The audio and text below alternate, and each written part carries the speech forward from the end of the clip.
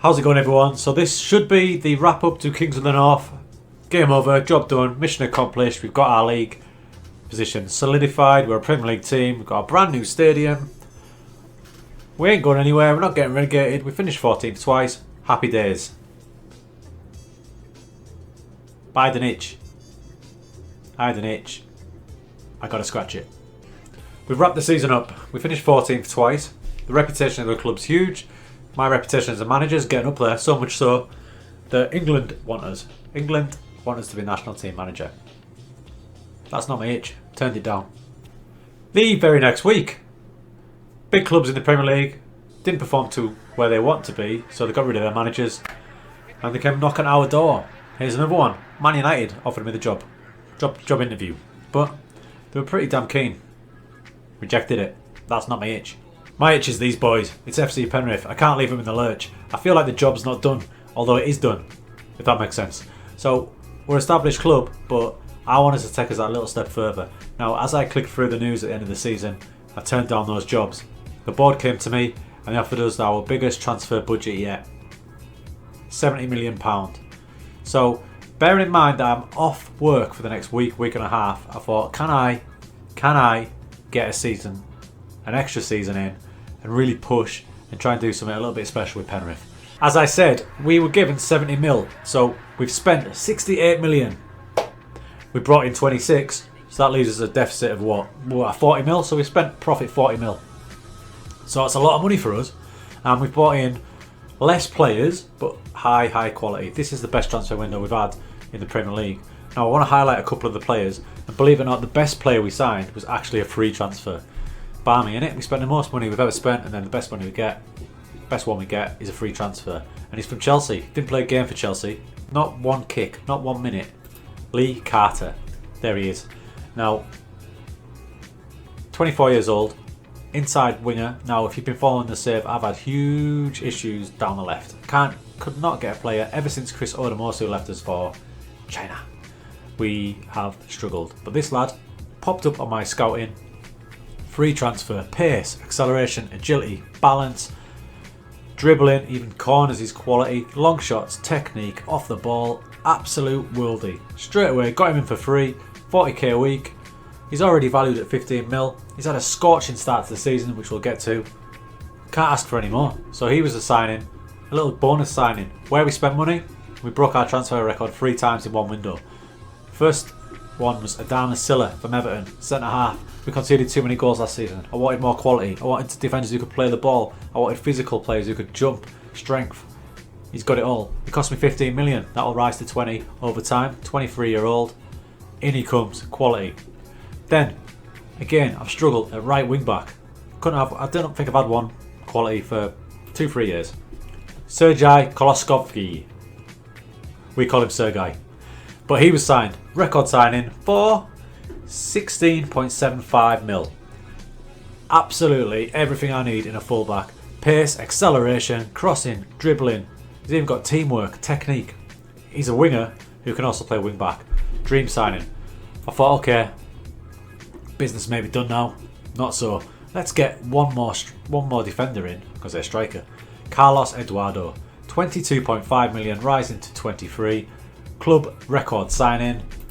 He's going to play at centre half with our new signing, Sila. He can play at midfield, he can play out wide. He's an absolute typical Brazilian, 21-year-old. He's going to have everything. Heading, determination, fitness, balance, passing. He's a midfielder who can play at centre back, which is exactly what I wanted. In he comes, club record signing. He's going to be a future captain. There's a few of us in there. You've got a couple of new left backs. Going to rotate them because they're both a bit older, but they've got the class I was looking for. So we've got 2 new wing backs basically. We've also got a new central midfielder, Miguel from Atletico Madrid. Again, he's just a notch up from what we've got. So I got a bit harsh. I was like, right, let's buy some players. Let's really push for this. So, early days in season 13. How's it gone? It's gone like a dream. It's gone like a dream. They've started to play like I want them to play. We've had 2 seasons in the league where we've scratched and clawed our way to stay in the league. Now we've got that extra little bit of quality. I can change the formation and the style that I want them to play at. So if you remember the last 2 seasons, season and a half or so, we played 4-4-2, pretty direct. I love 4-4-2. It gets you out of all the strife. But my heart belongs to tiki-taka, short passing football, and that's what we're doing now. And we've had some unbelievable results. We've had one horror result, which came out of nowhere, which we'll get to, but the rest, we are flying, playing really well. So we've started the season, we won 2 straight against Portsmouth, Newcastle, then we got absolutely mullered by Man City away, we maybe got a bit cocky, but it was 6-0, we lost 2 men, so it was 9 men, 6-0, whatever, sweep under the carpet. We've actually won in the Carabao Cup, cups don't matter, they do now. We lost at home to Wolves, which is a bit disappointing, but then we beat Chelsea away. Chelsea have not lost in the league all season. They're still, to this day, only lost the 1 game, it was to us.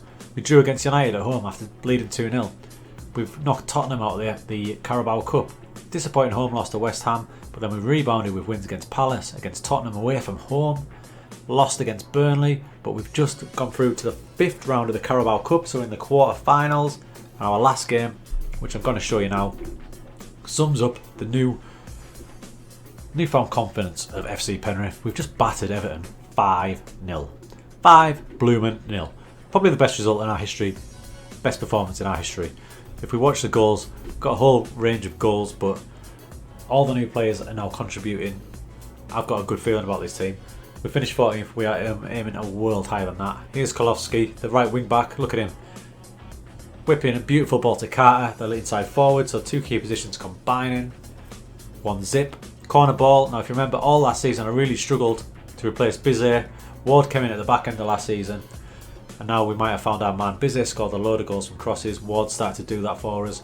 Here's Timon, whips it in. Miguel, attacking midfielder. Spanish quality, lovely little volley. Another cross from Carter, in it goes from Hanley, 4-0. So we're now getting threats from set players as well. Here we go again, Hanley, Palmisani, on loan from AC Milan, 5-0 against Everton. Stuff of dreams. That sums up how we've been playing. What formation have we been doing? Well, I'll show you that now as well. So as I said, we've ditched the 4-4-2. For now, we might come back to it if we get into trouble, who knows. But because I've got a higher quality player now, I can play a bit more short, free-flowing football like I like to watch in real life, and I want to transfer that to the game. I've got a 4-1-4-1. I've brought the half-back back in because I've got a world-class half-back now from AC Milan. I've got 2 quality wing-backs. Timon will rotate with Jamal Lewis. And then on the other side we have our club record signing, Sergai. We've got our 2 quality centre-backs, both who can play football. And then further up the field, we've got Ward, the new Bizet, and we've got our 2 wingers, who we're happy with both for once. So we don't have to rely on one like we have done for the last 2 seasons. I've actually got 2 men out wide that are top class. In midfield, we've got a box-to-box and we've got an advanced playmaker. So for the past God knows how many long I've been playing a deep line playmaker, decided because I've now got the players that have technical ability, we're going to play a bit more aggressive. And I've got an advanced playmaker in there.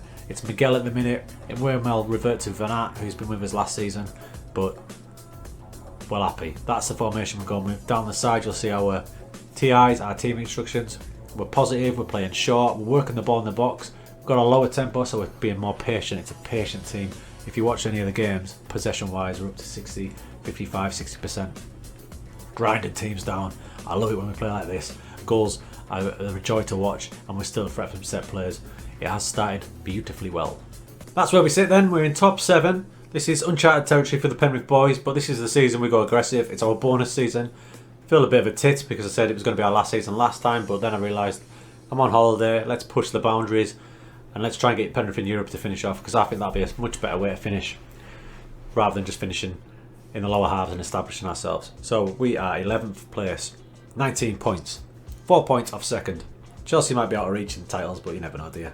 So, we go again. Let's roll on. We might do a bit on Twitch, but predominantly we're going to keep it on YouTube now because I can concentrate more. On Twitch it gets a bit wild with the chat and things are flying around. So, keep an eye on Twitch for some sort of other little series we'll do there. But FC Penrith, Kings of the North. It's not dead yet.